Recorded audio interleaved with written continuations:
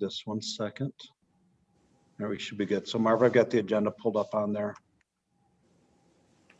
All right. What we'll do is let's start with, if we can, Dan, we'll start with, Dan DeVries, start with the streetscape special assessment role. This is resolution 521-585. If you could give us a little bit of background on that for historical. We have a newer commissioner on here, and might not be a bad refresher for some of the tenured commissioners as well what the what this annual role is, and then we'll jump into resolution 21-587 after that. Okay, thanks. Hello, everyone. Well, the special assessment role is basically an annual thing. Right now, we have a 15-year streetscape special assessment. It's in our DDA district, and the money collected from that assessment district is used for beautification and maintenance issues along the Lake Michigan Drive corridor, and then a little bit up Wilson and down Wilson. Basically pays for the lights for the street poles, the irrigation, the Everett's landscaping, all the work that they do, some snow plowing down there. So we've had that assessment in place for multiple years. It was a 15-year assessment. This year's installment is number 14.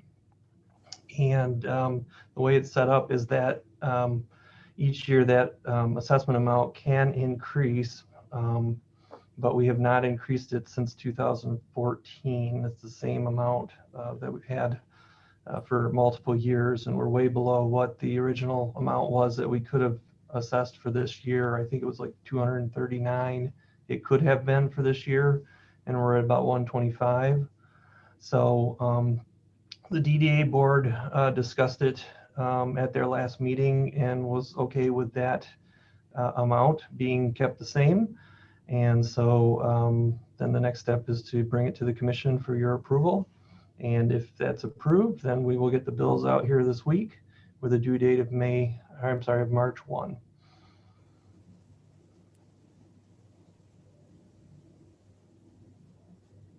You're on mute, Gary.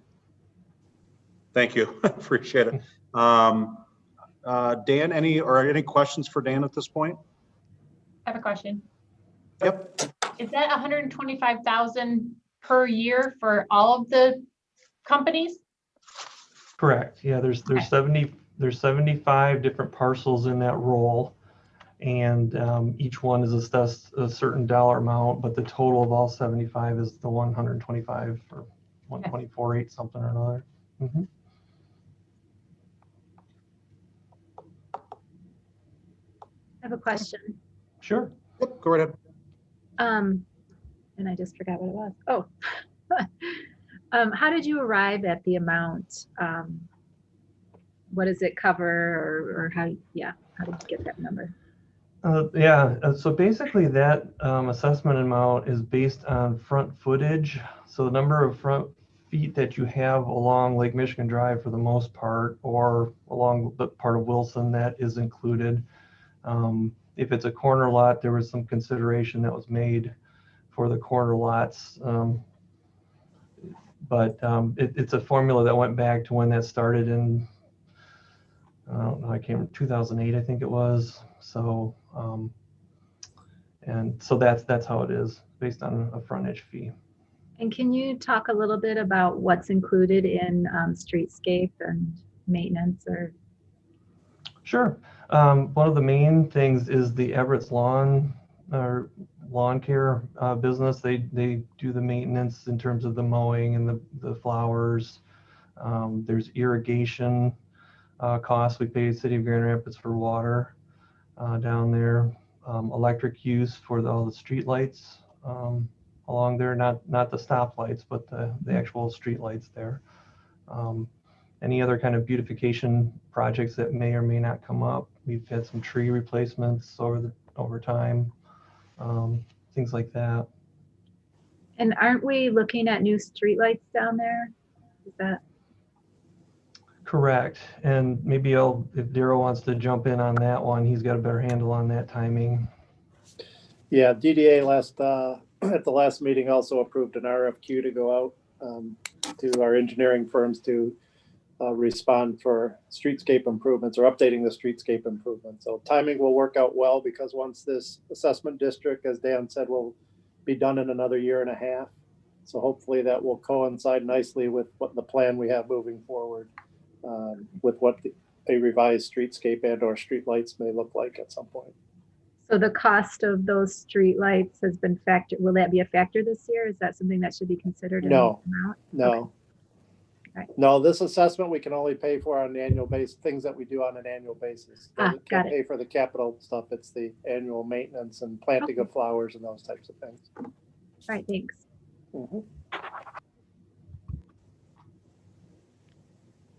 All right, any other questions, discussion on the special assessment role?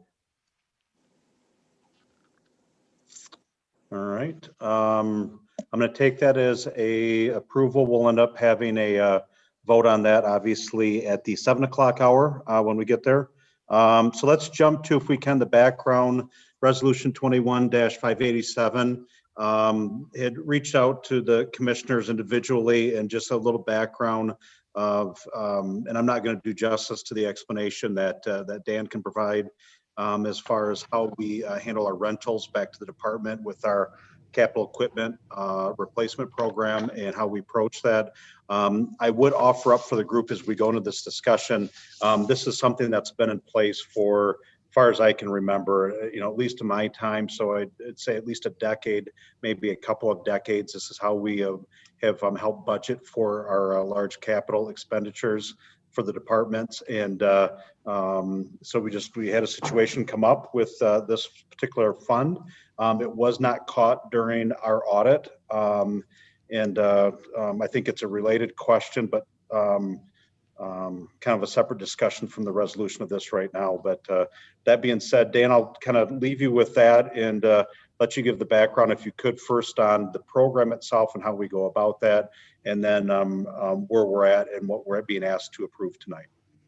Okay, thanks. Well, the Capital Equipment Fund, Fund 206, is basically there to basically own all the equipment, the big capital equipment that needs to be depreciated. So all the trucks, all the fire trucks, DPW trucks, police vehicles, also some big pieces of equipment like a front end loaders down here, stuff that's used in the yard, that kind of thing. The way that we purchase those is through charging a rental fee back to the departments that utilize those specific pieces of equipment. The rental fees are supposed to be looked at on an annual basis. In reality, we've kept that rental fee the same for the last several years. And in this past year, we purchased an extremely large amount of vehicles, and I had tried to list those out for you. And we got to the point of having to pay for one of them, and we're short on cash. And so I basically was borrowing money from the general fund with the intent that the rental fees would catch up, that we just had to prepay before we had gotten all the rental fees in, because the rental fees come in to that fund on a quarterly basis. And unfortunately, that was incorrect. And so that's what put us in the position we're in right now. Okay. All right, commissioners, questions, discussion on this? Open it up for the group.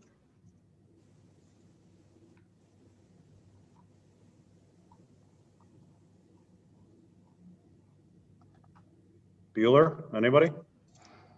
I think I'm good. I think you explained it well.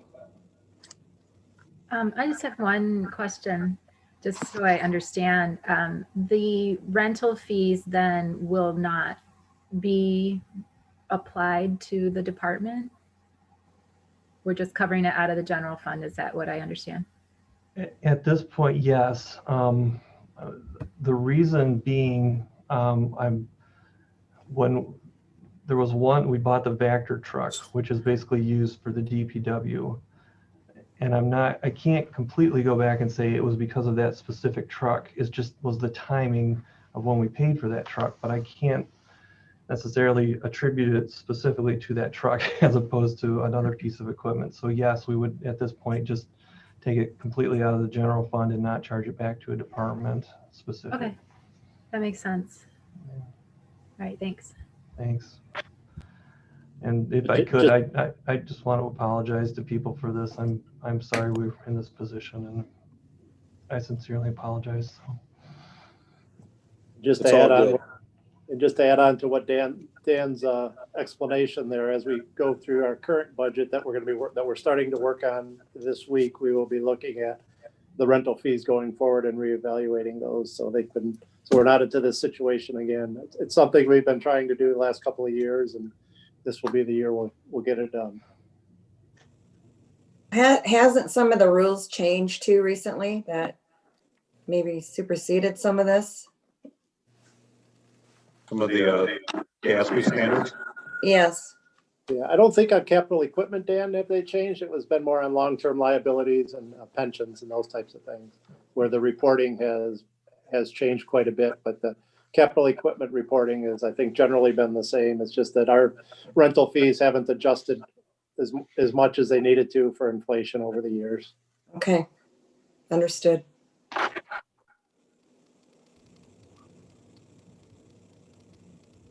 All right. Anything else on the resolution 21-587 then? All right. Seeing none, if it's all right with the group, if I can get a thumbs up, we can cut Dan loose then for the night, and Dan is going to go home now, right, Dan? That's the goal. Okay. All right. If everybody's good with just a thumbs up, we'll be voting on 585 and 587 at the 7 o'clock hour. So we're got thumbs up. Mr. DeVries, have a good night. Get out of here, please. Very good. Thank you all very much. Appreciate it. Have a good Daryl evening. knows. Thank you, Dan. Thanks, Daryl? Dan. Daryl knows where the master light switch is, and he's going to turn it off in our wing of the building. All right. Let's do this. Let's jump into, we're at 6:44. I think we've got a little time to get some discussion points in. So let's jump into the elected officials handbook. So we've got two components tonight, 588 and 589. One is the procedural rules for the commission, how we follow things.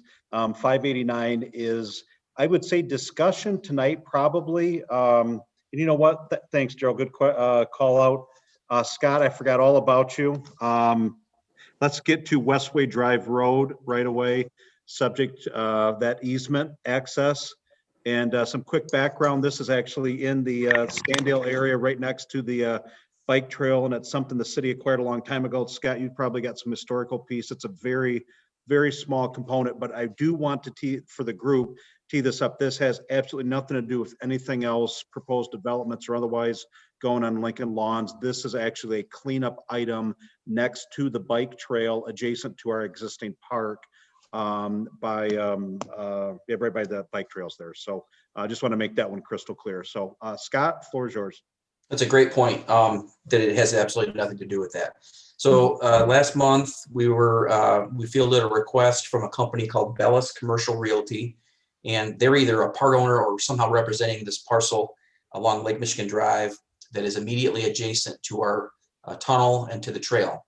And they came to us and said, we had some title work done and we've got a 20 by 80 access easement on our property that we would like you to vacate. And they submitted us some paperwork, and basically I was out on a surgical leave, and they ended up with about 6 or 8 different people just bouncing around. And I think it ended up with, them just asking Daryl to sign a form to get rid of it. And so we kind of threw the brakes on it. And I think everybody did the right thing and tried to make sure that we just had our ducks in a row and did some research. And we got the city attorney involved. We got an escrow from the applicant, and really just did the work to figure out what's going on. So if you look at the 2 pictures in my memo, I hate to put 2 pictures like that in there, 2 maps, but I hope that it helped to describe exactly where this is. On the first picture, you can see the Lincoln Lawns plat development with all the street network there, and then you see the little red spot with a note pointing to it. That's really where this is. It's off of a paper street. So on that picture, you can see that there's a street going straight south called Westway. And then there's a street going east that goes through our park. It's more easy to see when you look at the next page where there's an actual aerial on there, and I zoomed in so that you can get a good feel for where this fits in space. And so what we've got is an 80 by 20 access easement that's shown in red. This is in an area that used to be part of the Westway street right-of-way that ran straight south to Lake Michigan Drive. And back in 1992, there was a request to have that piece of right-of-way vacated. And when that was vacated, for whatever reason, they maintained this 20 by 80 access easement. And as we've looked through this, talked to a lot of folks, we really can't find a good reason that it was preserved in the first place. It may have been just to preserve access to some of the parcels that were along Lake Michigan Drive. Some of them have since been combined. And with the expansion of the park over those years since 1992, you can see that the paper street that runs through the park is really now developed around, and there's no way that we would see the city going in and building that road and that right of way at this point. So we really believe the access easement isn't needed anymore. So we were a little skeptical at first with this request, but the more we've looked at it, the more we've researched it, specifically with Jeff Sluggett and his staff. We've become comfortable that we could probably do without it. It's not going to cause any hardship on the neighbors or existing property owners in the area. So it's important to point out here that we did get an escrow from Bellis Commercial Realty because we've spent some money looking into this. The city doesn't benefit from this action at all. It's really more of at their request. So I wanted to point out to you that we're not spending any taxpayer dollars on this. And ultimately here at the bottom of our memo, we just recommend your consideration. We certainly aren't recommending that it's imperative that you do this. It's not hurting anybody to have that out there, but if they would like to have that easement removed for their development purposes of property so they could have a little bit more freedom with that property, we're not going to argue against it. All right, thank you, Scott. Commissioners, questions, discussion items around this? I'll open up the floor.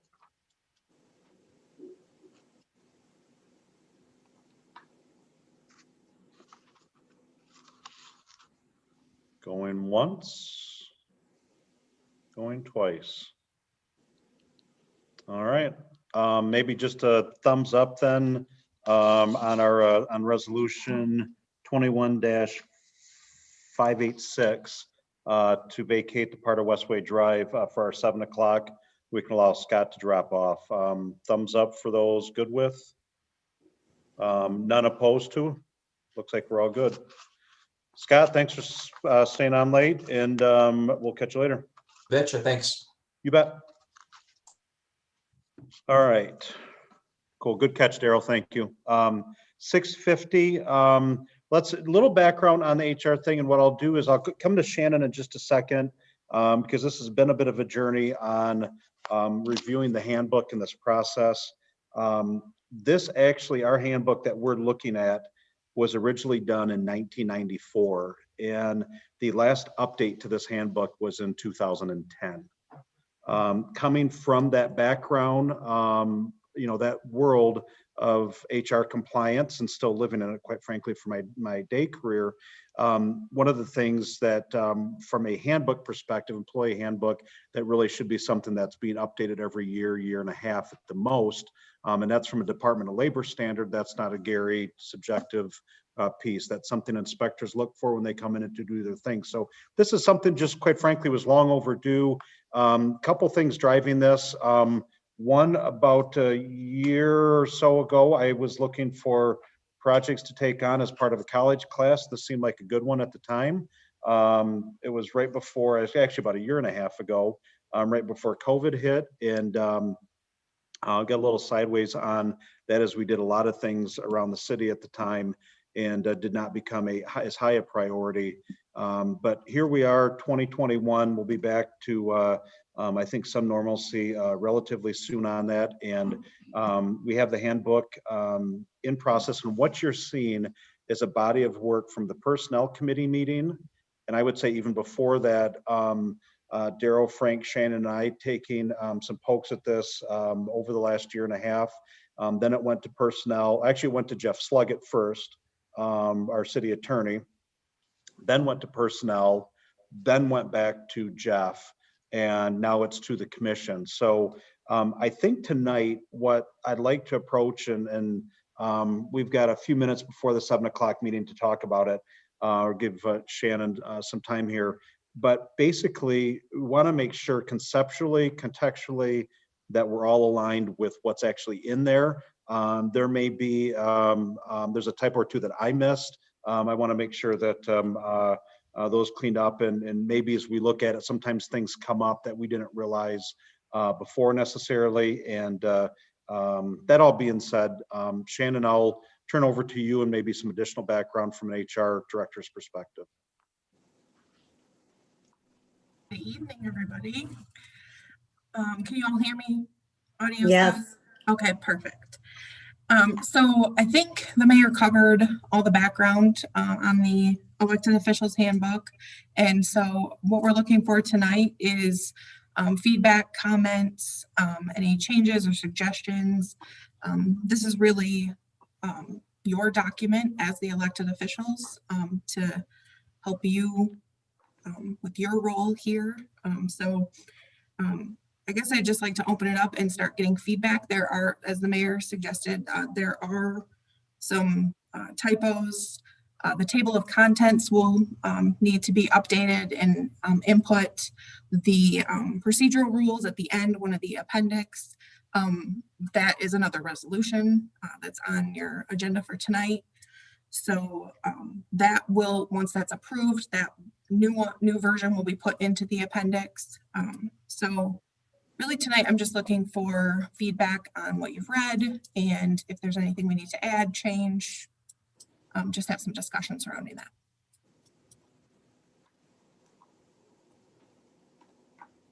You're muted, Gary. Thank you. And for the background, you have Marv and I in here who probably our technology consists of the Apple IV or the Apple Commodore 64 technology, right? So we're here and we could not get the sound and everything up in here. So anyway, that being said, my apologies for the mute thing. So commissioners, open up the floor, just cognizant of 6:54. So if we get close to 7, 6:59, 7 o'clock, we'll hit the pause, restart the meeting, and then come back to wherever we left off at. So the floor is yours, and I'll sit back. So the only thing that I have on this is for full transparency, I honestly have not gotten through the whole 162 pages, but is this kind of like a living booklet, or is this something that can be altered as necessary? That was one of my first comments or inquiries. Yeah, so this is something that we will look at every year and review it as a commission. You'll go through it. If there's something you want to add, change, whatever, we will be doing it annually from this point forward. Okay. Yeah, and I think the timeline on that for the group, I think that we set that timeline as being January of every year that this is reviewed. Maybe we start to look at it. Any updates potentially are there in late December, or maybe the first meeting in January.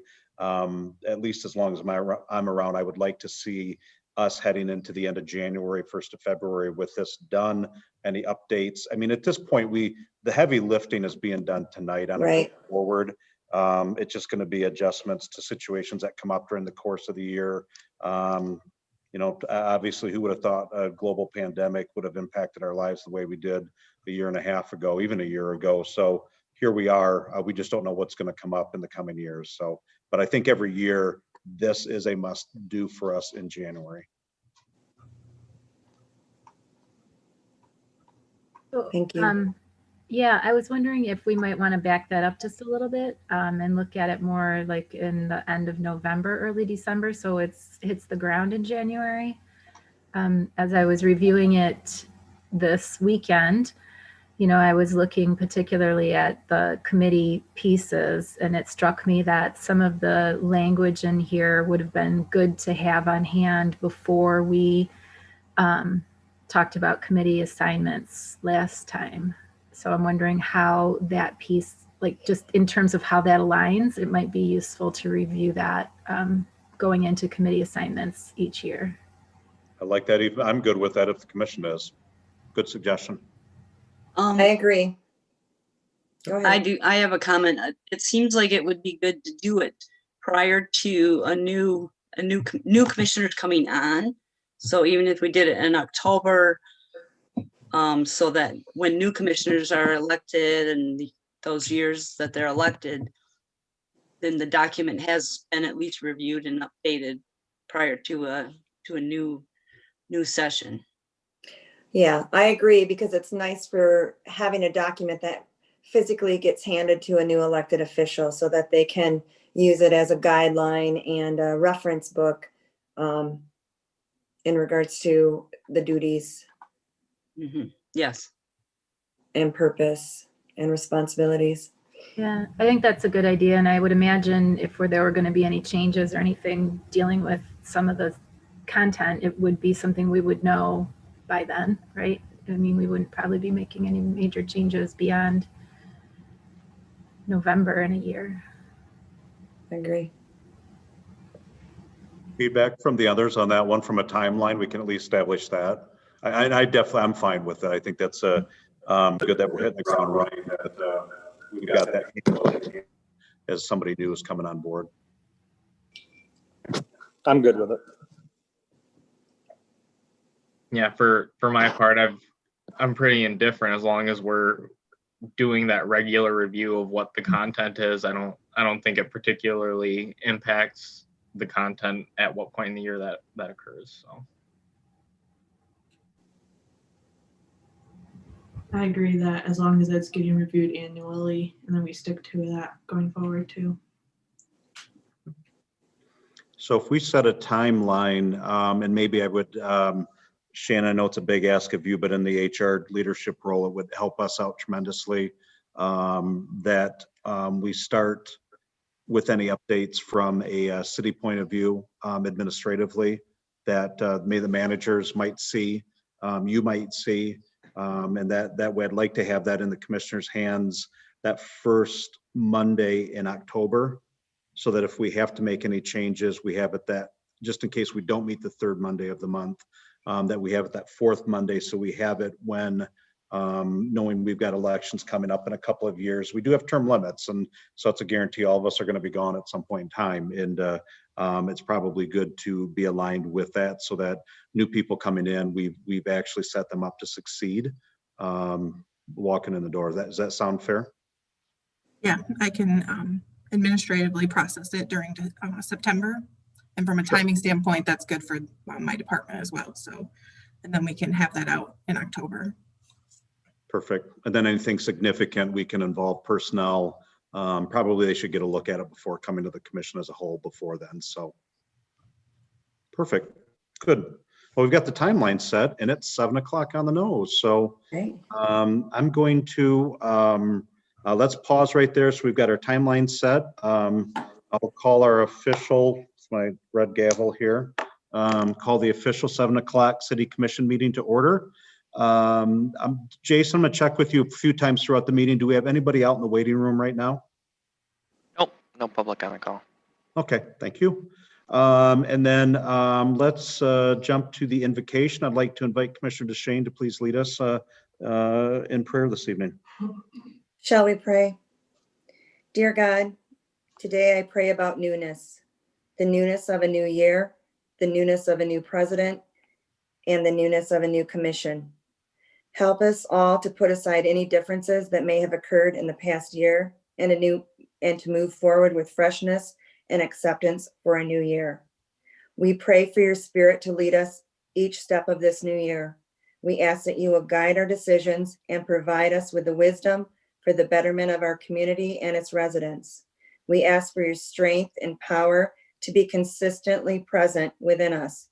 We pray you would make us strong and courageous for the road ahead. We pray for your protection over our families, our residents, our police, our fire, and our troops. As we continue to navigate through this pandemic, help us to stay safe, take care of ourselves, and take care of, we pray. Amen. Amen. Good, thank you. And I'd like to ask you to all stand in your own areas there for Pledge of Allegiance. I'm going to, Commissioner Rapp and myself are in the chambers here. Jason, thank you very much. We'll stand and turn and face the flag. And you're welcome to stop your video screen if appropriate.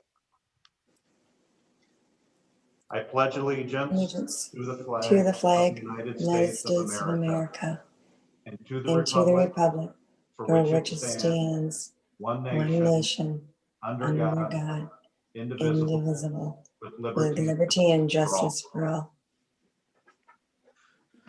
Thank you. Thank you, Jason. Appreciate the adjustment there.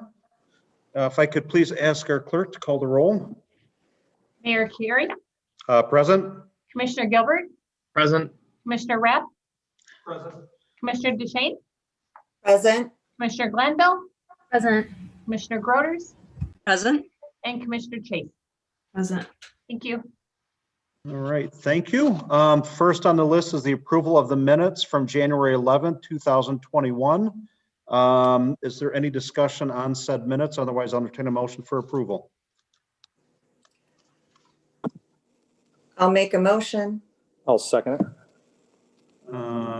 Commissioner Duchesne, Commissioner Rapp, any other questions? All right, all those in favor, please say aye and raise your hand if you would, please, for our clerk. Aye. Aye. Any opposed? All right, we are passed. Thank you. Jason, I'll check with you one more time. Any public comment agenda items? It appears we've got somebody new in the meeting room here. So this is a time for public comment on any agenda items that you wish to discuss. All right, I'll ask one more time. For those in the meeting, this is a time for public comment on anything on agenda items. If there's anything you'd like to discuss, please come off of mute. All right, seeing none after 3 calls, we're going to go to reports from the city manager, and let's pick up on the handbook piece. So our discussion was around the where we left off was procedural. So Shannon will work with you the month of September if we need to get personnel. Probably not a bad idea beforehand. We'll plan on getting this and up the annual updates in front of the commissioners the first Monday in October of every year, and then plan on approving it. If not, then at the 4th Monday of the month in October, so we can hit the ground running for any new bodies that may be coming on. So we've all agreed on that, correct? Okay, good. We're good there.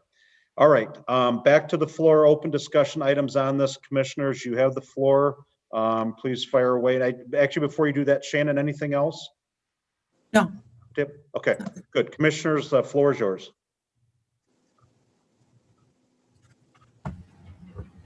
So Gary, if I may, I have a number of things. So I did have a chance to review, so looking at it in some detail, and I don't know, there were a couple small typos. I don't know if you want those tonight or if I can just email Shannon or something. I think email and Shannon probably, if they're the typo piece. Yeah, they're just like commas and stuff. Yep. Won't believe Yeah, it. any of the formatting. Just a couple, like 3, I think. So at any rate, so I'm on page 3 of the manual under election and term of office. And I just wanted to clarify in that first paragraph, it says that, and I just want to clarify, this is part of the charter. And if that's true, in case a person is appointed to fill a vacancy, they are appointed to fulfill the remainder of the vacating official's original term. Is that correct that's per our charter? Is that correct? Okay. And then, Right, yes. Okay. Moving on page 5, at the very bottom where it talks about, it says the mayor is responsible for orderly conduct. A commission mayor or officer who fails to conduct himself or herself in an orderly manner is deemed guilty of misconduct in office. And so I was wondering, how is that documented? Do we have a process for that, or what does that look like? Great question. One that came up a little bit earlier. That is actually in the city charter. Okay. And I think from a discussion standpoint, see if I've got, I think that was a page I had marked. Bear with me 1 second. While you're looking, can I just ask too, when we're talking about an officer, so the commission members are the actual elected commissioners, is that correct? And then an officer would be like assistant manager, city manager, and the city clerk? As listed, my understanding, Daryl, correct me if I'm wrong, or Shannon, my understanding is that is correct as listed out in the city charter. There was even a health director listed at some point. Obviously, we don't have okay. that. Yeah. Okay. And page number 3 also signifies who the city officers are. Oh, okay. All right. That's what I thought I saw that. I just wanted to check on that and then wondering about how that's documented. And just to clarify, when we're talking about orderly conduct, often when we're having discussions, we tend to be a little bit informal, and I just want to clarify how discussions are supposed to take place at the commission, just so we're all maybe on the same page and understanding who's discussing items when and when it's appropriate for those who are officers to participate, things like that. Can you clarify that a little bit? I think from my standpoint, again, this is language on that particular item that is in the city charter. If the mayor's not leading the meeting, then it's mayor pro tem. And if it's not the mayor pro tem, it's the longest serving commissioner at that point. So whoever is overseeing that meeting is responsible for that orderly conduct. I'd have to say, despite what 2020, as ugly as maybe let's call our federal election cycle was, I don't think any of us are going to sit here and throw things at each other up here. I have never in my career, and as long as I've been around this city and even been around city government, coming from a family with that, I don't think I've seen somebody outside of really demonstrate disorderly conduct in a meeting from an elected official standpoint. So nothing immediately comes to mind, but Commissioner, it'd have to be, I think we can all acknowledge and chime in, guys. I'm gonna have some levity with this one. Literally, it'd have to be us having a food fight up here out of anger or throwing coffee or something. It's, I don't see that with the commission. And again, that's in there as part of that because it was in there before, because it's in the city charter. Mr. Mayor, if I can. Yes, please. My guess is that you would find that the terminology has probably been litigated at some point, and there's probably some judicial history on it, and that's probably where you'll find the answer to that question. Okay. So I don't know that we have it on hand here, but I would guess that you'll find a legal definition somewhere that's been used at some point that will fill in that gap for us. Yeah, and I don't know that we need to get into the nitty gritty there. I just wanted to kind of, and I know I've heard people in other, at MML meetings and things talk about what a disaster their commission is. So I understand the need for that, although we don't seem to have that issue. No, that's fair. And I would, what's nice is everybody that sits up at the commission dais up here, we all have an equal voice. One happens to have a different title. That's it. We all have an equal voice. And I think that we're all grown adults enough. And I think too, the city that we represent and what each of us takes from that obligation, that we know what not to do. I can't ever see that happening. Yeah, good. Great question though.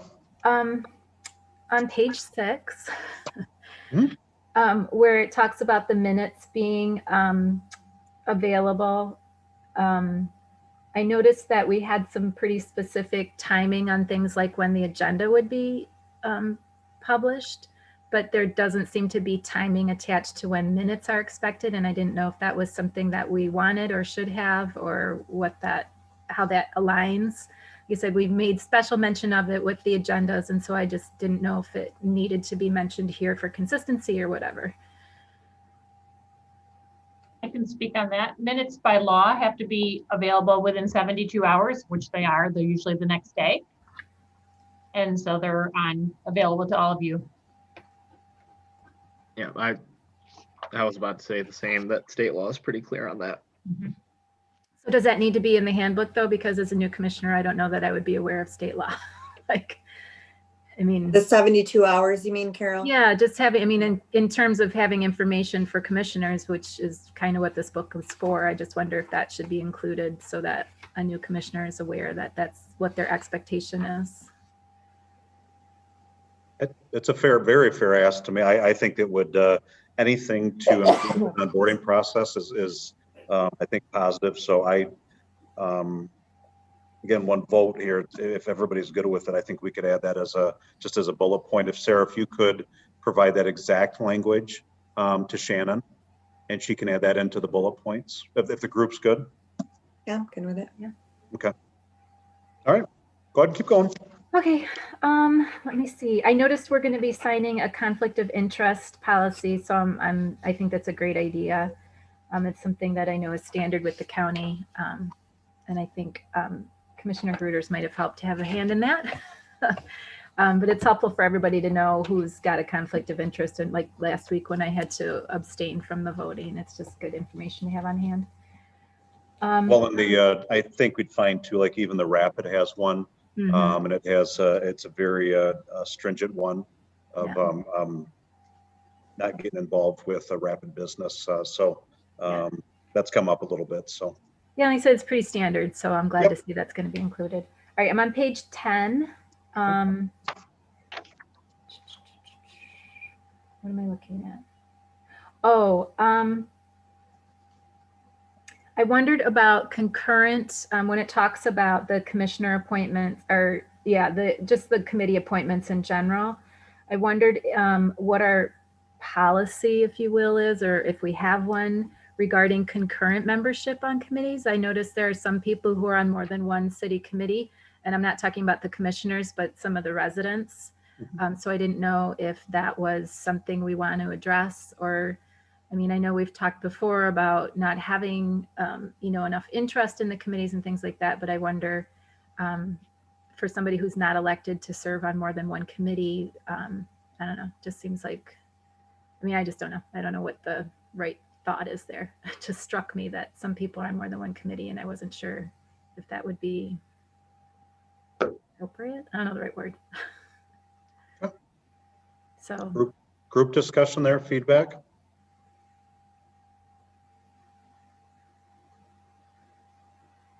Mayor, just a comment. I know in years past, we've had trouble filling vacancies on boards and committees over the years. So we've had people that have shown interest that maybe we're on zoning board that then maybe applied for building code of appeals because we could never find anybody. So I think that's why we have some concurrency on some boards and committees, but I don't think we've ever prohibited that because we've always looked for people that were qualified. So just more for information, not that I'm leaning one way or another.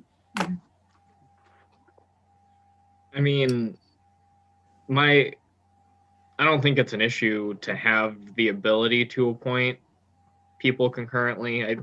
But I think as a general rule, we try not to, just because it's, people serving in a capacity where they have some expertise is typically what we strive for. And that, I think that's best served by people and sometimes there is some cross applicability of skills that would do justice to them serving on multiple committees for us. And but I don't know, I guess I don't see any issue with having the ability to have people serve on multiple commissions as long as they're qualified and effective in doing so. I guess I'm just looking for a way to kind of establish the expectation that we would work to recruit as many community members as possible, and maybe not get, I mean, again, I recognize we don't want to find the same 10 people on every single thing. Right. Right. Well, maybe just general guidance in there instead of like a hard and fast rule. Right. And that's something like if the expectation is something, or in the event that, then it would be okay or something like that, just to, like I said, kind of set that expectation of, us working to recruit and maintain relationships with the community and things like that. I think, Shannon, if we could work on some language, it is the desire of the city commission to appoint and approve. I think just that our desires to make sure that we're encouraging people to apply, and that we'll have to work on that wording of that. But I think we can come up with something to add to a bullet point. And I will come to one thing though on that topic, and this is it's a burn my saddle if nobody's figured out yet. This is sits in the office here, new apps for committees right there. I have one, and it's our young man from September. So I'll get to it in Mayor's comment, and we'll do our comments at the end. I'll share it that we're working on to help drive that. But gang, we need some help with that. So let's get people in here. It's a very fair point, and probably something we should have in there for guidance in the future. But I do know that there are some, from a qualification standpoint, whether it's board of review, it's building code review, building code of appeals, there are certain qualifications that are absolutely must-haves. And I know before it gets to the commission, I'm not going to put my name on if I'm not comfortable with somebody's background and experience being able to adequately handle that. I mean, there could be some learning, definitely. I think that's to be expected, but has to be some transferable skills or knowledge in there to help as well. But I think we could have in there, it's our desire to encourage as much participation as possible from our community. It's the desire of the city commission to appoint a resident to non-concurrently, however we want to verb that language, Shannon. We can add something in there. State law, we say it's a should and not a shall. Correct. There you go. I'd hate to say we do it the one time and all of a sudden we get that person that is like, dang it, they can only be on one. So that all being said. All right. Let me see. Oh, so I was looking at our current, and this is where I was saying it would have been useful to have this ahead of, and I know we had the old version, but I just want to clarify a couple of things in the actual committees that we have. So can you tell me again, I was having a little difficulty understanding the difference between the way it's worded, the difference between like a statutory committee and an ad hoc committee, and there are a couple different names, and let me see where I forget. Oh, well, it's right at the top on page 10, sorry, where it says some of the advisory committees and statutory boards are required to submit annual budget. So there were like 3, and it was listed in some of the committee, I'm stumbling here now too. It was listed in some of the committee's descriptions that they were statutory or not. And so just looking for some clarification around that, like which ones are statutory and which ones aren't. And maybe that could even be listed on the roster somewhere. I don't know, just kind of understanding a little bit better the difference between those different types of committees that we have. I'll take a stab at that, and managers and our state liaison on here, Mayor Pro Tem, is happy to jump in. Basically statutory, we're required either by one of two things. State of Michigan law, which is zoning board and planning, some of our building stuff as well. And then also any local ordinances that we've established, finance being one, ordinance obviously is one that we have to have as well. So those are, the difference by those is we're required by law in one way, shape or form, statutory. There's a statute, there's a law, there's an ordinance that says we have to have that committee. No ifs, ands, buts. And those are finance, ordinance, planning, and zoning? Make sure I got all of them. No, they're divided up. Gary, if you look at page 11, it has the descriptions of all those 4 types of committees. And then the following pages, the committees are grouped by those pages. So the first 4 are the standing committees of the city commission, which are the building committee, finance committee, personnel committee, and ordinance committee. So those are the 4 standing committees. And then the next heading on page 17 gets into the advisory committees, which are kind of set up as described there. And then you get to the statutory committees, which are like the DDA, the Brownfield, the ZBA, Planning Commission.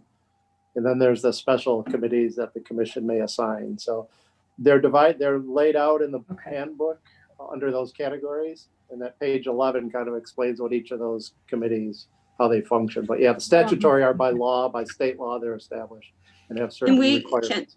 Can we add under each bullet point which committees are under there without having to go through all the pages? So Yeah, I think understanding committee sub bullet points of those specific committees. Those will be in the index when Shannon puts that together, once we get the format situated. I think that's how we had it before, right, Shannon? And the index? It will be listed in the table of contents, but I also was going to suggest we could add it on page 11 also, just as a quicker reference, if that. Thank you. Yeah, that'd be great. Yep. I agree. Formatting issues tonight, so. So then when I was looking at like the historical commission, it says that we're supposed to have 6 members appointed from the community at large. And I realize we don't necessarily have people, but when I look at our current roster for the historic commission, there are only 2 people at large on that commission. So are we looking for 4 people to fill those seats? Like, would that be appropriate to go and look for people who might be interested? Okay. And I noticed that on a couple of them that it looked like from what it was described in the handbook here, we're maybe a little short on some of our, exactly where we're short on membership on our committees. So I just wanted to clarify those. Oops, now I lost my. Gary, did you answer yes to her? Yes. Okay. Yep. And gangs, this is, again, I'm going to go back to when we talk with people and they say, I don't know how to do this, I want to do this. This is where we have that obligation as leaders in this community to get them on the board. Otherwise, we really have no business talking about it in a public or private meeting, because if we know they're out there and they want to serve and interested, our job is to help get them involved. Yeah. All right. No, I lost them. Okay. All right.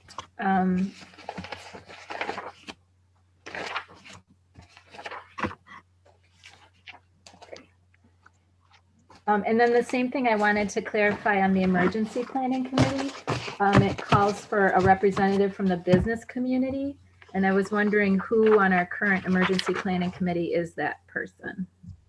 So that one, and I'd like to, that is one I mentioned to Shannon just a little while ago today. That is one, we have traditionally, that spot has been held by a county law enforcement officer, somebody that has the background in it. It was our former city commissioner and county commissioner, Art Tanis, who was a captain in the sheriff's department. Right now it's Lieutenant E.J. Johnson. They have to be a resident in the city. I believe, at least from my chair, it's very important to have that county connection. Even though we have great relationships, we need to have somebody that is able to help us with immediate resources. And it's a committee that is supposed to meet every time there's a new mayor that comes in. It can meet sooner than that. And that's quite frankly a committee I would like to see us this coming year as things settle down and we can have our in-person meetings. As we're sitting here in the commission chambers, it wasn't but a few years back that we actually had a tabletop exercise. And we had public safety, had police and fire in here, and we did some simulations on a tabletop exercise. And it's a tremendous learning experience on how they an active shooter situation, anything large scale that might impact the community. It could be some type of a flood situation. How would we handle this again? And I'll go back to, again, what drove this committee was the 1998 straight line winds that came through the city and really brought them down. There needed to be some structure because I think at that point we had I'll call it as I saw it at the time and as I still believe it to be. We probably had too many cooks in the kitchen involved getting in public safety's way. And that's where this group is. If that group knows what the plan is, they've shared it with the city commission, they've demonstrated it to the city commission to the best of their ability. We know what it is that we can communicate to our constituents that we're elected to represent, then I think we're in a good spot. So would it be appropriate then to change the language in the handbook to read that rather than a business person to that we want Right. that county connection? Yep. Okay. Yep, thank you. I had it on my notes, you beat me to it, but yeah, something. In the traffic committee,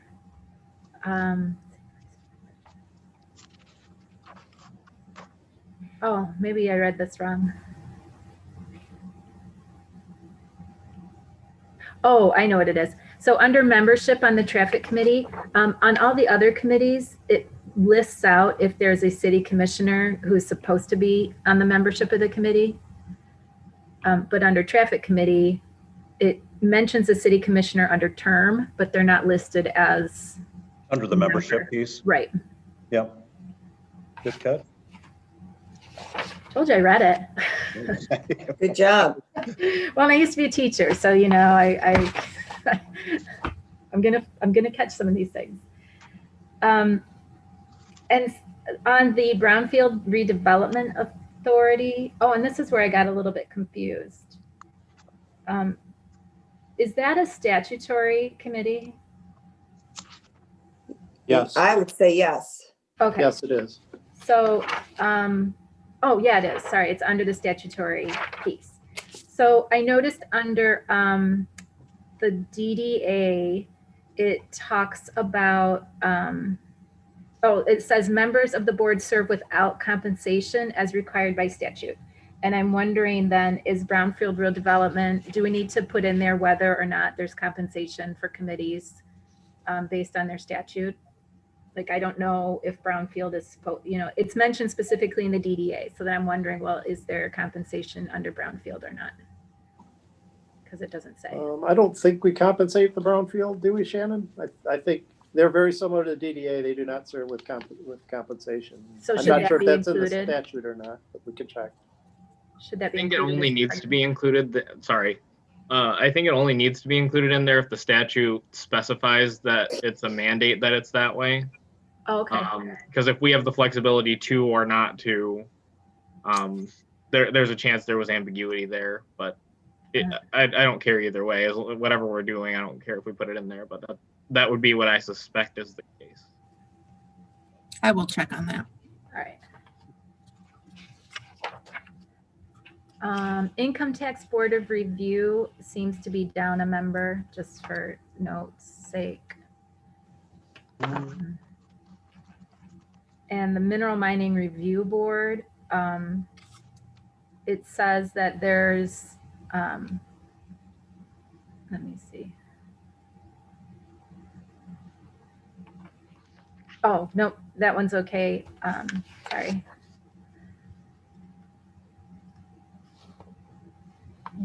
When you compare, sorry, I'm on page 31, Planning Commission, and 32, Zoning Board of Appeals. It looks like you might have copied the text from the term on the Planning Commission and used it for Zoning Board of Appeals.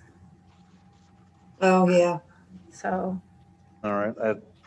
Sorry, I was looking up the income tax one. So the amount of term there? Well, yeah, it just talks about.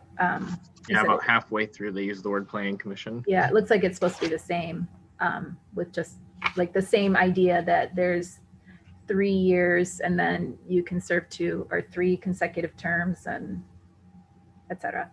And a question there, when we're looking at the rosters, it tells when people, like on some of these, it'll say when their term started and when it ends. And some of them, it just says when they started. And like on the Planning Commission, if you're allowed to serve a certain number of terms, I wonder if we might include when the first term was for those people so that we know if they are near their end Does that make sense? Like if they're allowed to serve 3 consecutive terms, it would be helpful to know when they were first appointed.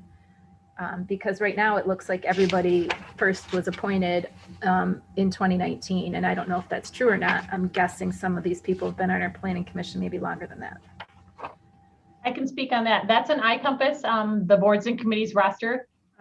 We have to hand manipulate that because that does not look like that when it comes out of iCompass. So the more requests, just the more time it will take to continually manipulate it. So so how many days and hours we could spend on that. Well, how would we know when people had started? No, I can do. My answer was I can do it. I'm sorry. I thought you were saying it was too much work. No. Nope. iCompass does that, and it does the current term they're in. So I need to go back to iCompass, look at what iCompass says for when they started, and then tweak this roster. Okay. And then Tom Bile and Terry Schweitzer, there was no term information for either of them. What committee are you talking about? Planning. Yeah, they're empty at the spot. And I believe those are both, I don't have my main folder here. It's back in the office, but I believe both of them were for purposes. We'll get it updated. But I believe they were both reappointed last year. Okay. Yeah, so that's what I mean. Like I said, it's just looking at some of that information. So. Hey, honey. Yep. In the peanut gallery. It's all good. If he's going to start playing music, now I'm going to be really impressed. It's going to be a good meeting at that point. All right, really good meeting. The Building Code Board of Appeals. Again, it looks like we're down a member and we're missing an alternate. And then the Building Authority, I didn't even see that listed on our roster. So we have a committee that doesn't seem to exist. Building committee is the building authority. Am I correct, Gary and Daryl? No, the building authority only comes into play when we build a public building and we do financing, that we will establish a building authority at that time and we have a public construction project. That's why it's not active, because we're not building anything currently. When we did the fire station in Standale years ago, the building authority was up and active, and they're the ones that actually have to do the financing for big construction projects. So right now it's not needed, but it may be in the future. So can we put that in the committee description somewhere under purpose or? So it's not even listed, correct, Carol? But it says as the purpose there, they review, approve, and recommend new construction. And we don't have any going on. If you look at the purpose under that, and when we have something going on, then we will establish them and call them or ask them to be appointed.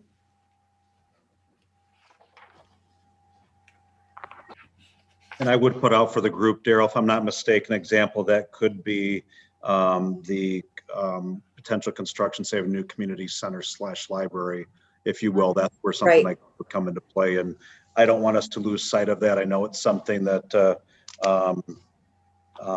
we've kind of put just on the back burner a little bit right now, but that it's something that this commission will be looking at again in 2021. So whether or not we go through with it is to the group's decision, but it'll come back in front of us later this year.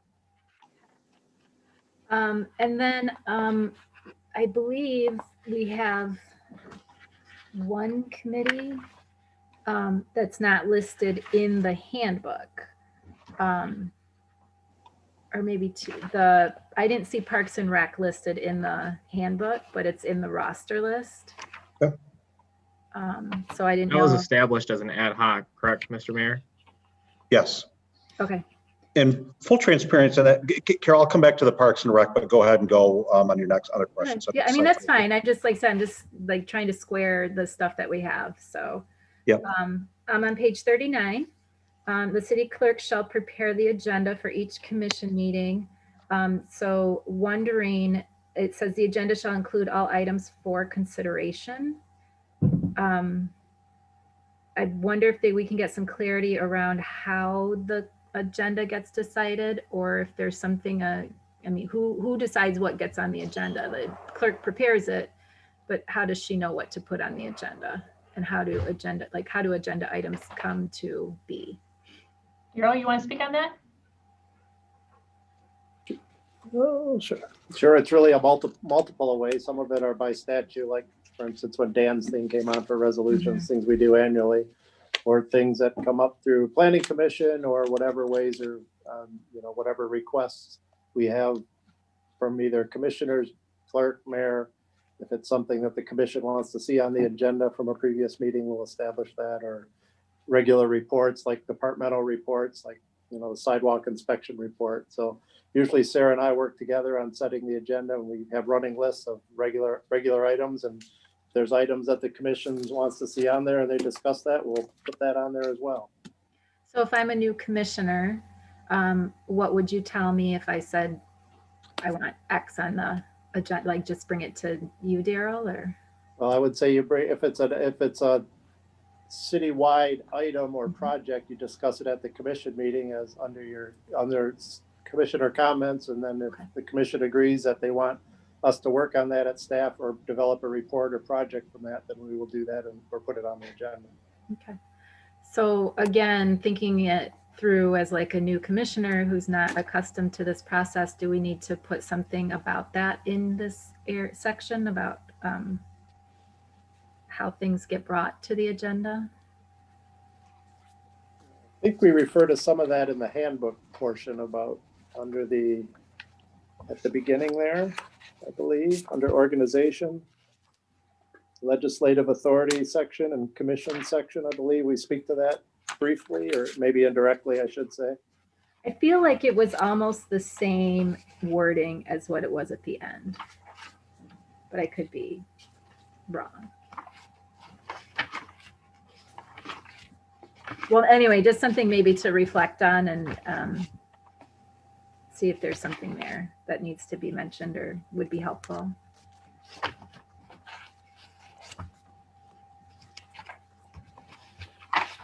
Okay.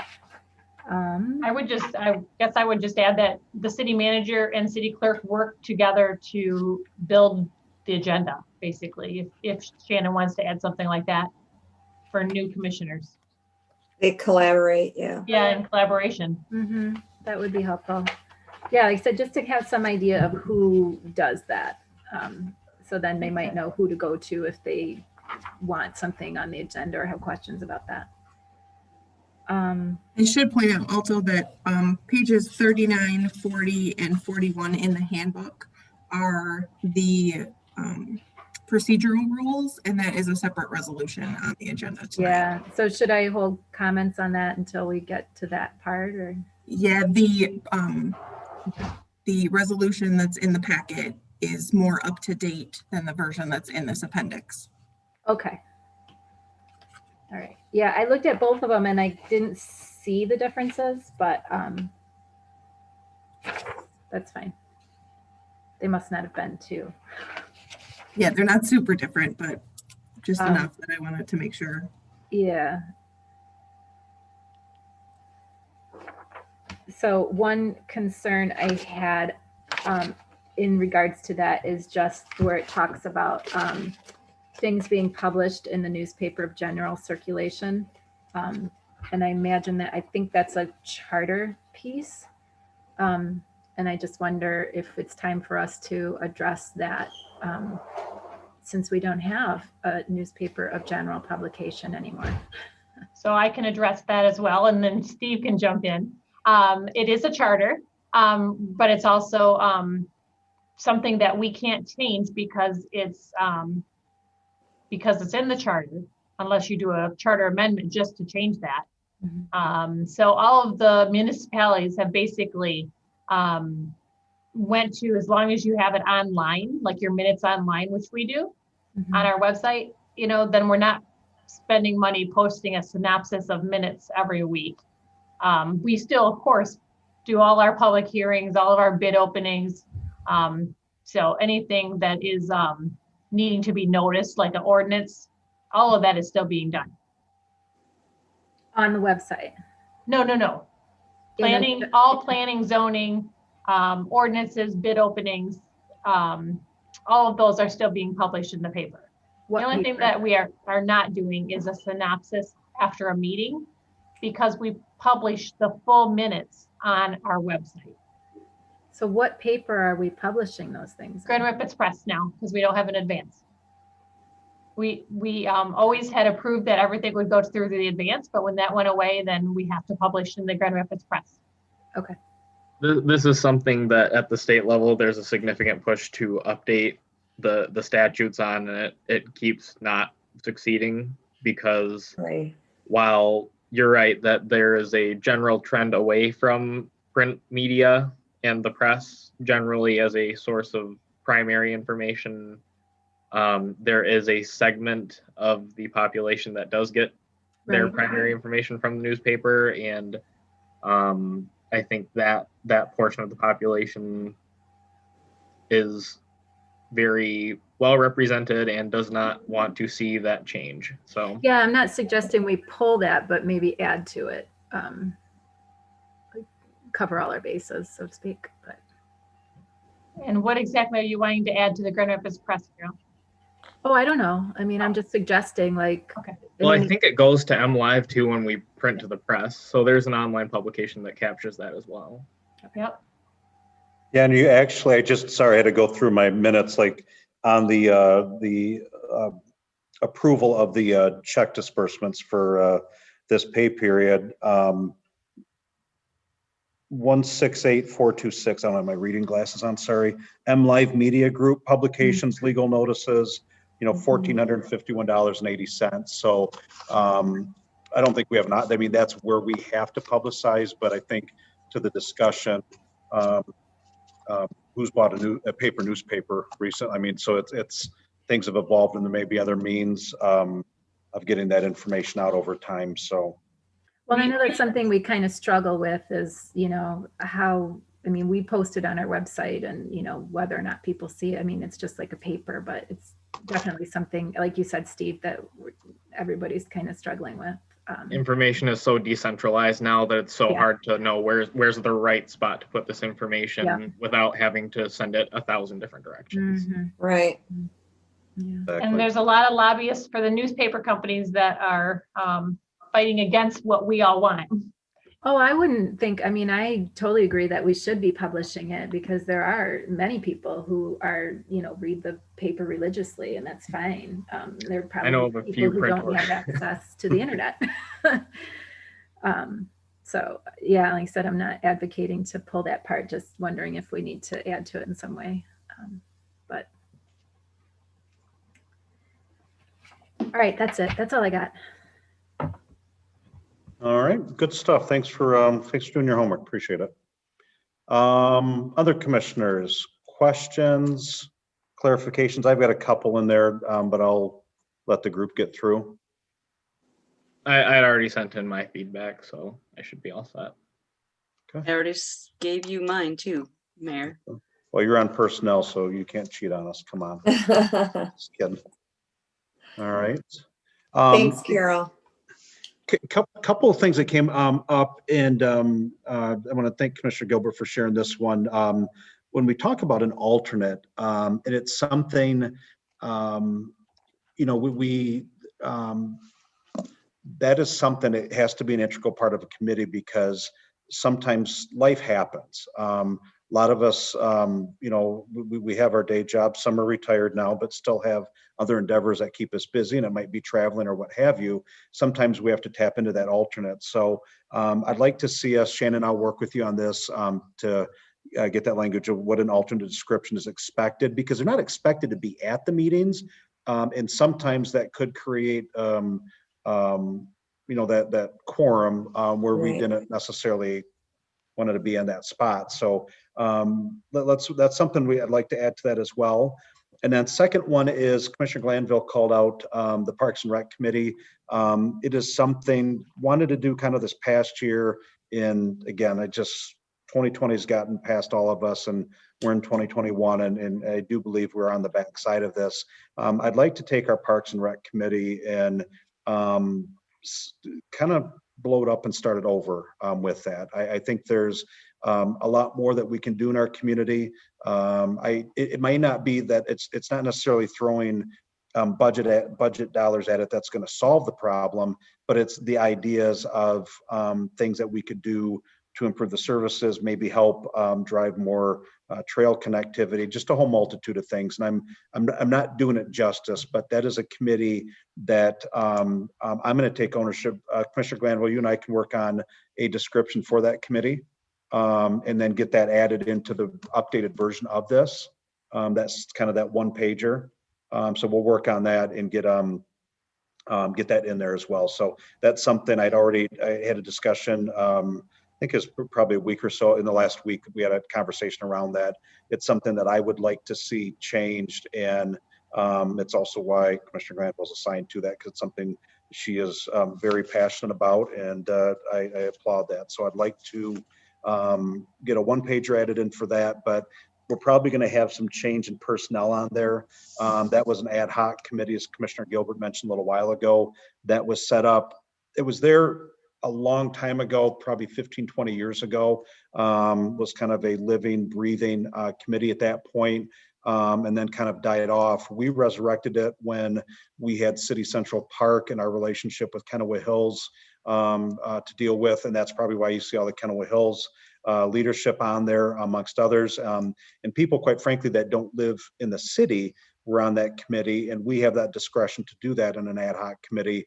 But I don't know that committee's purpose is where we want to go with it. So look for some changes coming from that to the commission. Recommendations we'll make, I think, in the structure of that, their purpose, and then also probably the makeup of the individuals on it, because we'll probably shift back a little bit to the getting some residents on it and looking at all of the 9 parks that are within the city limits here. So a lot of opportunity there, and could use some help. So those are the 2 things I had listed down that have not already been covered. Is there anything else on this before we cut Shannon loose for the evening with a bunch of takeaways? Do we have to do any verbiage change or title change on Youth Commission being the mayor's commission? Do we have to worry about that? If I can hold that comment to the Sure. end and commissioner comments, great question. Be able to address that then. All right. Daryl, go ahead. Or you're mute. Yep, I get, just a question on and this is more in a essence of time of trying to get this handbook off of all of our plates and get something published relatively soon rather than later. I'm just wondering, I just throw this out for the commission on the Parks and Rec. I think that's a great idea, but I'm wondering if that's going to take a little bit more work and involvement to establish that 1-pager or 2-pager of putting that committee together and not holding the whole handbook up for that. I think it makes great sense to do it, but maybe we could add that later once that's finalized and massaged. We could get this stuff done. I think the comments that were brought up tonight can probably be done pretty, quickly by Shannon to get those all incorporated with the comments. I think the Park and Rec thing might take a little bit more, but maybe I'm wrong. Correct me if I'm wrong. I just would like to get this done.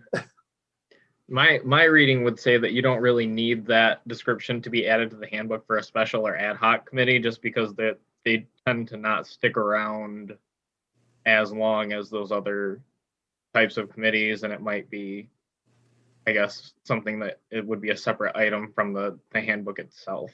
That would be my reading of it, but others. But it sounds like maybe you want to, as you reestablish it, maybe it becomes more than an ad hoc committee. I don't know. I mean, right, maybe it becomes one of those advisory committees. Right, yeah. Again, I'm just looking at timing of getting the handbook published and adding that later if possible. Yeah. That's certainly the commission's call. I'd agree, Daryl. Maybe we can just add like a page, so at least it's in there, but not add all the details that it has. So at least we know that ad hoc committee's in there. Does that sound fair? Can we do an addendum when we have it updated to the booklet? Well, we can. I mean, I think, and Commissioner Glanville chime in, because I know this is one that you're going to be the champion for on the city commission here. I think we can make time within the week. I don't want to hold up what Shannon's working on. Daryl makes a very good point. We're going to be looking at this again in September, October, and we can permanently add to it then. But we can, in the meanwhile, make the changes as needed to that committee and get that one pager done sooner than later behind the scenes. I don't want to lose traction on that. But I see the point of not holding the whole handbook up for that. But let's have a placeholder in there for Parks and Recreation Committee, and then we can add that information as quickly as we get it updated. But maybe we get the handbook done before. Maybe we, Commissioner Glanville, maybe we get it done before then. You're free to get a jump start on it. We could work together on it. Don't let me be the holdup, but I would be happy to help you with anything needed there. And I see Frank sitting there awful quiet and peaceful in the corner. His vision around green space and parks and trails has been a trusted resource for me over the years. He might be somebody too to provide some good input on a timely basis to help keep us on track. Good. Yeah, I appreciate that, Mayor. I think, again, I don't see this handbook as a handbook, right? It's not like it's not the charter. It's not as Steve put it, it's a should, not a shall.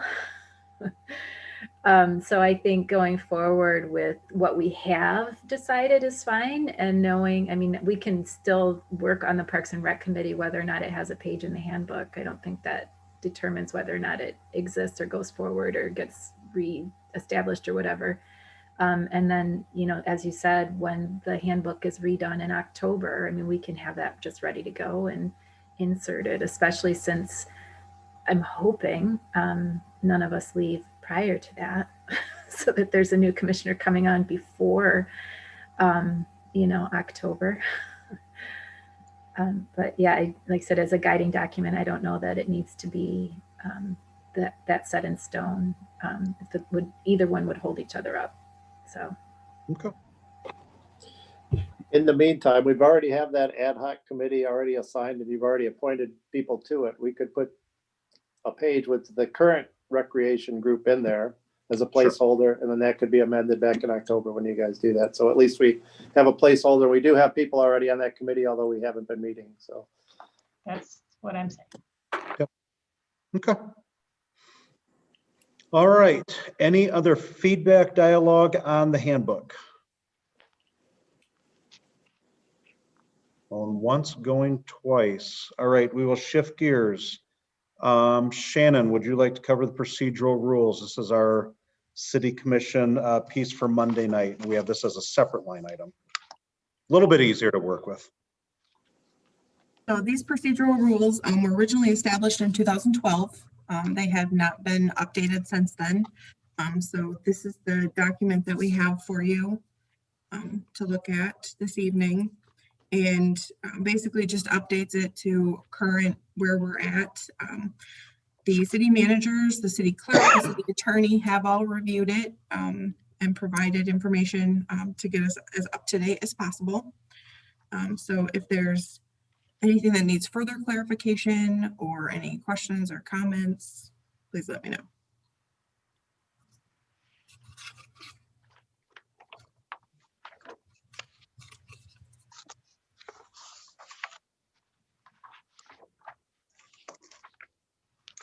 Commissioners, dialogue, questions, comments on this one?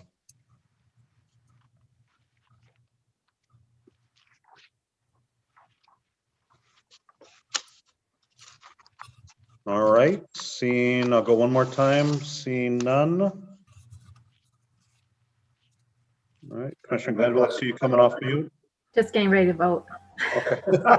All right, we'll come to that in just a second then. So if we're good with this, we'll move past this one. And if we can, let's jump to then from this, just following our order for the evening. Thank you for the feedback. Great dialogue, everyone. Consent agenda, we have expenditures in the amount of $1,565,605.16. Are there any questions on this? Oh, I do have a quick question on that. Okay. I noticed, and this has probably come up before and it probably just escaped my notice. There is reimbursements to Chief Pelton and Jessica Marion, I believe, for office supplies. And I was just curious, do we have P cards or how does that work? Some do, some do not. Okay. So some of these are probably reimbursements from different traveling or different around where maybe a P card would not be suitable. I can answer Jessica's. Jessica we had to do a audit for the state for the election. And they made us buy these special labels. So we had to run out and get them. So we couldn't order them. So she picked them up literally on her way home. So that was her reimbursement. Right. Thanks for that. Just curious. Okay. Any other questions on the bills? All right, if not, entertain a motion for approval on that. I'll make a motion. I'll second. Commissioner Chase, Commissioner Rapp. Any other dialogue? Okay, see none. All those in favor, please say aye. Aye. Those opposed? Thank you. We can pay the bill. All right, next on the list are resolutions. First is, we covered this in the 6:30 committee of the whole meeting. Resolution 21-585 is a resolution to approve the 2021 special assessment role for the Downtown Development Authority. Any questions on this? Otherwise, I'll entertain a motion for approval. I'll make the motion. Sorry. Second. All right, Gilbert, Glanville. Any other discussion? All right, all those in favor, please say aye. Aye. Aye. Those opposed? All right, we are passed. And Shannon, while we're rolling through this, you're welcome to stay on, but you can drop off too if you want. Sorry. All right, resolution 21-586.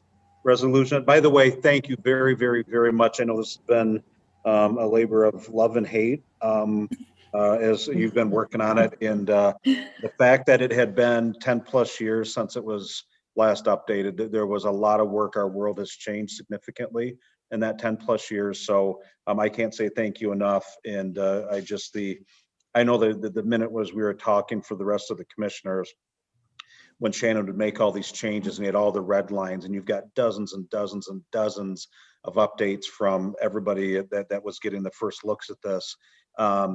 When you would go to update the change, and Microsoft Word and its little nuances is asking you, do you want to do this or save that? I mean, it's asking questions. I think your first maybe 10% of it took you about an hour and a half. Yeah. With all the changes. So I know, on behalf of the commission, just very grateful the amount of time you're putting into it. And I very much appreciate a SHRM certified professional going through this in detail. So thank you. You're welcome. I'm happy to do it. Thank you. Now we can let you go if you want. All right, see ya. All right, next on the list, resolution 21-586 is the resolution to vacate a part of Westwood Drive Road right away subject to an access easement. We covered this in our 6:30 meeting. Any other discussion on this? Otherwise, I'll entertain a motion for approval. Make the motion. Thank you, Commissioner Roders. I'll second. All right, Roders and Rapp. All those in favor, please say aye. Aye. Aye. Aye. Those opposed? All right, we're good there. Next on the list is resolution 21-587 that Dan DeVries covered in our 6:30 meeting. This is to adopt a deficit elimination plan for the city of Walker capital equipment replacement internal service fund for fiscal year ending June 30, 2020. Any other discussion on this? Otherwise, I'll entertain a motion. I'll make a motion. Support. All right. DeShane, Glanville, first two I saw. Any other discussion on this? All those in favor, please say aye. Aye. Aye. Aye. Those opposed? All right, we are passed. Thank you. Resolution 21-588 is establishing revised procedural rules for the city commission. I think on this one, Motion to table. Yeah, I motion to table. What is the group fine with that? Yeah, Make the most sense. So what we'll do is, and for our clerk, I want to make sure I do this procedurally correct, following our rules of order. We're going to make a motion instead to table resolution 21-588. And Commissioner Gilbert, I think you jumped in there. Do we have support on that? I'll support. Thank you, Commissioner DeShane. And before I go roll call, is everybody fine with that? Any other discussion? All right. All those in favor, please say aye. Aye. Aye. Those opposed? Resolution 21-588 is tabled. Thank you. And then next is resolution 21-589, establishing revised elected officials handbook. I'm going to make that assumption we want to table this as well and take these at the same time we take 588. I see head Motion to nods, table. so we're good. Good Yeah, there. I agree. Okay. Need a motion. We'll entertain a table. motion there. I didn't hear. Sorry, so moved. Motion to table. Okay. I'll support. Landfill DeShane. All right. Any other discussion on tabling resolution 21-589? All right. All those in favor, please say aye. Aye. Aye. Those opposed?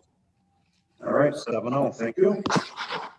Mr. Rotman, anybody else out in the waiting room and to see the doctor here? Nope. All right, man. Okay. All right, Commissioner, City Manager comments. Let's we'll start with our city managers. They always go last. Jump to our clerk. We'll get to Commissioner's on. Mr. Wash. All righty. Well, good evening, everybody. Just one quick item of update. I sent out an email last week, but just to let you know more in person, the two major projects we have out kind of waiting for a spot on a public meeting, the Lincoln Lawns project and then the English Hills Golf Course project. We were trying to get those in for a late February public hearing in person. That's obviously not going to happen. So we're going to move those to the, well, I think it's the 4th and the 5th Wednesdays in March. And we will notice as such. And hopefully by then, folks, we can do a public meeting with at least 100 people. I think that's reasonable to expect. So that is the going forward for both of those projects. And otherwise, there's still, you know, if you look at the budget and you look at the list of projects both in the queue already and what we're hearing about in the background starting to come together, there's some pretty significant development activity coming this way. So we will keep you apprised of all that stuff as it comes through the door. And that's enough. Thank you. And Frank, if I could impose upon you, thanks, Marv. I want to call attention to one of the projects we had right away. There is just because there's been a buzz out in social media and so forth. I believe the developer did state to the city in a preliminary area site plan review meeting, if I'm not mistaken, that they'd intended to purchase the property and they were confident enough in their plans that they were planning on closing on it, I believe, this past week. Yes, that was the Lincoln Lawns project, the Stoneleigh Waterford project. The developer did say that. I think we had a preliminary site plan review meeting a couple of weeks ago when he said that. I think it's a little bit unusual. Usually we see projects, especially of that magnitude, they're purchased based on some kind of conditional offer. And usually the condition is approval of rezoning and or site plan review. But we really don't know any of the details on that transaction. But he did state that that was going to be their hope going forward very soon, that they would actually buy that property. Thank you. And I think the reason I wanted to call attention to it, there's obviously a buzz on social media and even some of the news media with it. Without getting into the weeds on it, all of you know what basically everybody, the city staff knows at this point. And doing it, it's I'll leave it at that, but that's where it's at. I do agree with support, those that were around for the 510 Cummings project. When we had that public open house, that was supposed to be the developers meeting, not the city's meeting. That was one of the really most challenging meetings I think I've ever been in as elected officials. So we've kind of vowed we're not going to do that again. That's why the public meetings, the voices of the public have to be heard. The Zoom meeting's just not going to do it. Right. We're used to working on that every day, but I think for all these residents to feel comfortable coming up and talking, and really to have the impact that we need to have and hear their voices, it has to be in person. So kind of stand on the ground on that one. But any questions on that without getting into the weeds? All right. Thank you, Frank. Appreciate it. Daryl, to you. Pretty much all things budget, starting this week, meeting with all the departments, and going to be prepping for the February 8th finance meeting that we have on the calendar. So that'll be my next 2-3 weeks. Okay. Got it. Thank you. Madam Clerk. Nothing here. Thank you. All right. Let's start. Let's go first ward this time. We'll go the newest, Commissioner Rath. I'm good. All right. Thank you. Commissioner Gilbert. Nothing too much from me. Just the today we had a good ordinance meeting, reviewed the construction standards for public right-of-way and easements. That was a long document, but should be coming forth in the near future to us, I believe.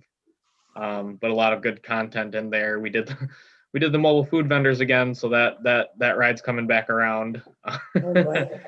And home occupations as well. So look for all those things coming in the relatively near future. Good, thank you. All right, Commissioner Glanville. I was in a KCCA meeting last week, and they are still handling quite a bit of CARES money. There's quite a bit of money available for support with utilities, particularly water. And they're also loosening some of the requirements on rental assistance and such. So if you're aware of anyone who has a need, please send them the KCCA way and see if they can get support, particularly as, you know, some people have been unemployed for quite a stretch now. So they're needing some help, especially those who might not normally need help. Letting them know, you know, some awareness of some of these channels would be helpful. Awesome, thank you. Commissioner DeShane. Yeah, I had a request or a comment from a resident from the 2nd Ward regarding snow plowing for the walking trails behind City Hall and City Central Park. With more people being, working out of their homes, it's mentioned that they like to get out and they like to walk during their lunch hours and early evenings. Now, I know in the past there's been times where DPW has cleared these trails, but then there's been other years when the walking trails were not. So I guess my ask is, how difficult and or how reasonable is it for us to request this area to be plowed? I mean, the request came from the Falcon Point area as well as a neighboring apartment area. Okay. So that's just something to consider. And then I just thought the monthly reports that were submitted from the city departments had great detail, with WIFIC starting their fitness classes, their ICE programs, and their spring registrations. I'm really glad that we're going to be bringing back our furloughed employees. And then with the police department, just a big thank you to Sergeant Elliott for being the touch point with the Grand Rapids Metro agencies. Greatly appreciated, and congratulations goes to John Koistra and his new position, and Officer Starr and Newberry for completing their field training. And then just really a lot of shout outs. Fire, congratulations to Chief Pelton for his masters, Deputy Chief Munn on becoming the next West Michigan Chiefs President, and to firefighter Stanil on becoming a full-time. And then the clerk's department doesn't go without a shout out to for getting an election grant. I mean, that's excellent work. And then a letter of appreciation from Jocelyn Benson, Secretary of State, for the due diligence and efforts that Sarah and her department put in for the elections. I mean, it's just it's so gratifying to receive such positive PR for Walker on a job well done, and it's great. And then also, Sarah, thanks for including the committee applications on your report as we requested from our last commission meeting. And then lastly, social media blips. I just love the Bernie memes. I thought that was hilarious. So big thank you and shout out to Nicole and her team and Daryl and everyone. Job well done, guys. Go ahead, Daryl. Mayor, oh yeah, just Ken, the question on the trails, our policy has not been to plow the trails in the parks. The only trail we've been plowing is that we started last year is from, down on our way to Standale. So if that's something you want us to consider, we can look into that, but it has not been our policy to do the trails or the sidewalks that we don't own, so. I don't know that, if it's something that we don't do, I'm not saying that we should. I just have seen it both ways. So Occasionally when there's a little bit of snow and it's warm, they'll go through and push it off when it's like springtime or when we have a thaw. So they've been doing that because we have arguments the other way that people like to ski on the trail. So sure. When there is snow. So we kind of look at that on a case by case basis. And if they have time, sometimes they will go through and do them. So I think that's how we've been doing it. I think that may end up a little bit bigger discussion just because there are a lot of trails throughout the city. Yeah. If we start doing a few of them, then it becomes more and more. And what does the overall scope of it become? Yeah, right. And I completely understand. I want to be able to respond appropriately. Yeah. And we've been doing a few more sidewalks that we've owned and put in over the years too, which is kind of uncharacteristic because we've never done the sidewalks historically. But when, like the ones on Wilson, we'll do those when we're down in the DDA because there are sidewalks versus private sidewalks. So yeah, could be a much bigger discussion and for a future time. Thank you. All right, going to the third ward, Commissioner Chase. I don't have anything. Okay. Commissioner Groders. Nothing for me. Good meeting. Thanks, everybody. Good meeting. I'll bring us home. I had three things on my thing. One was we talked about, I mentioned, I said, I'll hold it to the end of the meeting. I want to thank the clerk's office. I've been working with Nicole on a marketing push to get the committees out there. And what does the timing look like? Because there is some data to support.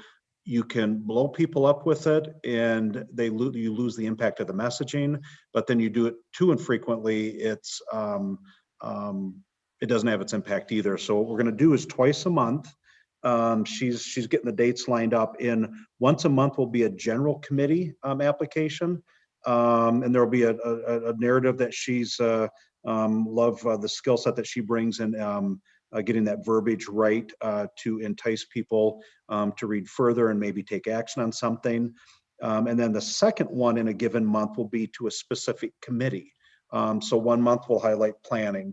Next month might ZBA, it'll be historical.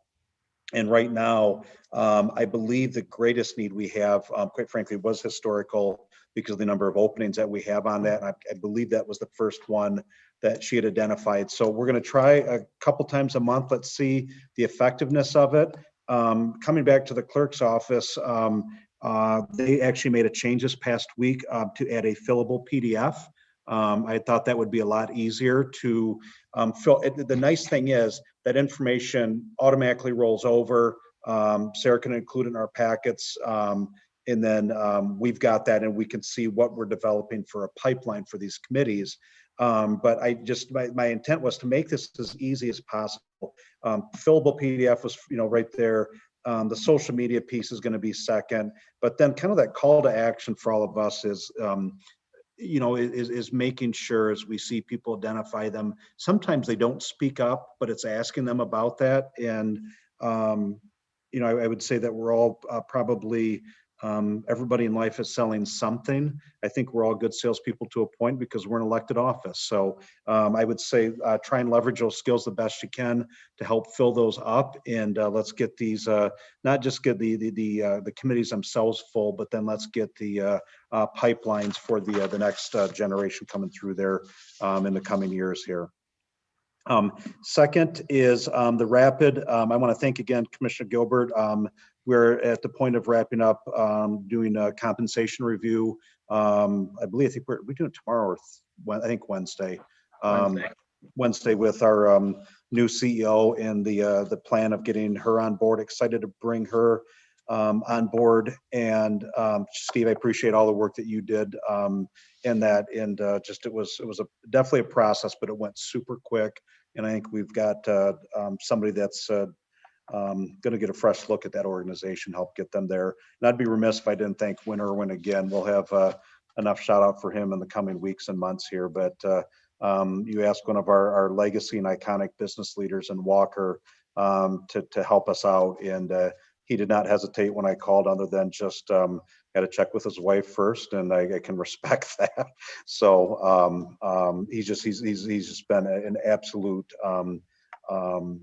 significant impact in that organization down there, and in the interim getting things set up there. So we have our annual retreat for the Rapid this week as well as our monthly meeting. Finance committee meeting met last week.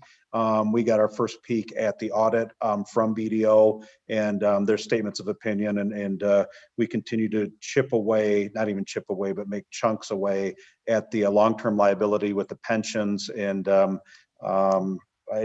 really like where we've gone in the last few years with that. So that's that. And the last thing I have for the group before I ask for a motion to adjourn is after consideration and discussion with some of my peers in other cities, I've elected to do a state of the city. It's going to be virtual. It'll be Monday, March 1.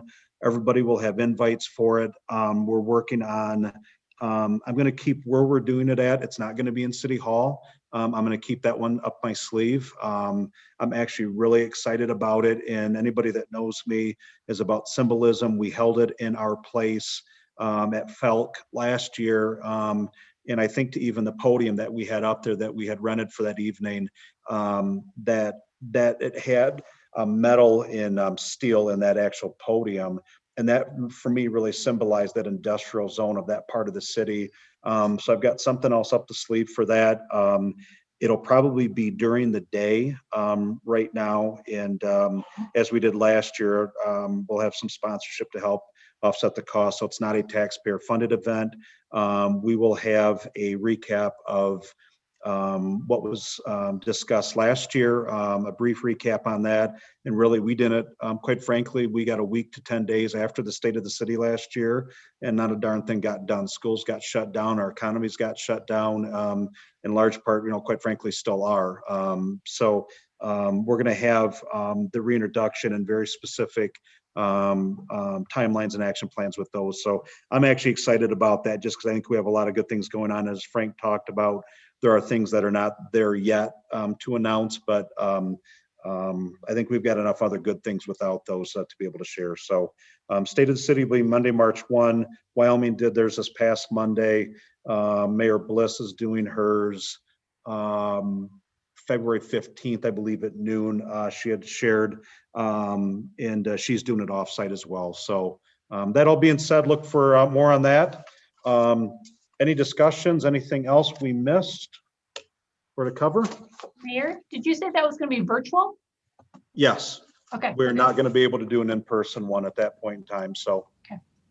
Also lining up with Frank, guiding us to do our public meetings. Quite frankly, we're trying to do them at the end of February to help the developers out to at least have that public piece. But I don't think we're not going to be able to get this done. So Mayor Bliss is going virtual. Wyoming did theirs virtual this past week. Mayor Kepley is doing his virtual as well. Did not have the date set when I asked him about it. And that was the 4 mayors I'd asked about it. So that being said, we're going to roll with it. So that being said, I'll entertain a motion to adjourn. I'll make the motion. Commissioner Rath, support? I'll support. All right. I heard Commissioner DeShane's voice. All those in favor, please say aye. Aye. Thank you. Great meeting. Thank you, everyone. We're adjourned. Take care. Yeah. You bet.